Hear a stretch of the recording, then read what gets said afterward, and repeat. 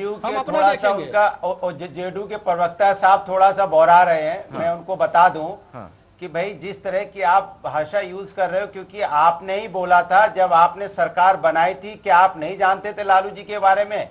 क्या नीतीश कुमार जी कल के दूध पीते बच्चे हैं कि उनको नहीं पता था कि लालू जी का बैकग्राउंड क्या है? बात हो रही है तेजस्वी की, लालू जी की बात कहाँ हो रही है? जब गठबंधन हुआ था तो जनता दल। अरे प्रभात जी सुन लीजिए, पहले आपने जवाब दिया, आरोप है, सुन लीजिए। आप जब बोल रहे थे उसके मैं बाद नहीं बोला, जवाब जिससे दीजिएगा। आपका कैरेक्टर पता चलता है कि आपको टांग लड़ाने की आदत है। भाई आपने बोला, मैंने नहीं बोला आपके बीच में, आप क्यों बोल रहे हो? और आप जिस भ्रष्टाचार की बात के जिस मुद्दे को आप उठा रहे हो, मैं आपसे और बीजेपी के नेताओं से पूछना चाहता हूं कि देश में सबसे बड़ा मुद्दा क्या है?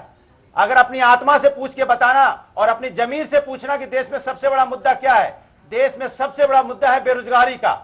देश में सबसे बड़ा मुद्दा है यूथ को कैसे हम डायरेक्शन दें। इसकी बात आप क्यों नहीं करते हो? आप बहाना क्यों मार रहे हो? अगर आपको सरकार बनानी थी, सरकार दोबारा से, अगर आपके अंदर नैतिकता जिम्मेदारी होती तो जो आप मैंडेट लेके आए थे वो मैंडेट पे दोबारा जाते जनता के बीच में, कहते कि लालू जी के साथ मैं सरकार नहीं बना पाऊंगा, इनके साथ हमने जो आपने मुझे वोट दिया था उससे मैं सहमत नहीं हूं, मैं दोबारा इलेक्शन लड़ने जा रहा हूं और दोबारा आप मुझे वोट देके आप मुझे सत्ता में लाइए। तब तो जानते कि आप बहुत ही सिस्टर और आपका कैरेक्टर बहुत अच्छा है। आप बीजेपी से मिलके आप उनसे डर के मारे उनके सामने घुटने टेकते हो। वो बीजेपी जो सांप्रदायिक दंगे कराती है, जिसका व्यापम घोटाले में उनका मुख्यमंत्री फंसा हुआ, उसको नहीं। ठीक है सर, बिहार तक हम लोग रहते हैं अनुराग जी। इतना चोरी करके खा गए हैं। हाँ। उनको नहीं हटा। हाँ, बिहार की बात पे आ रहा हूं।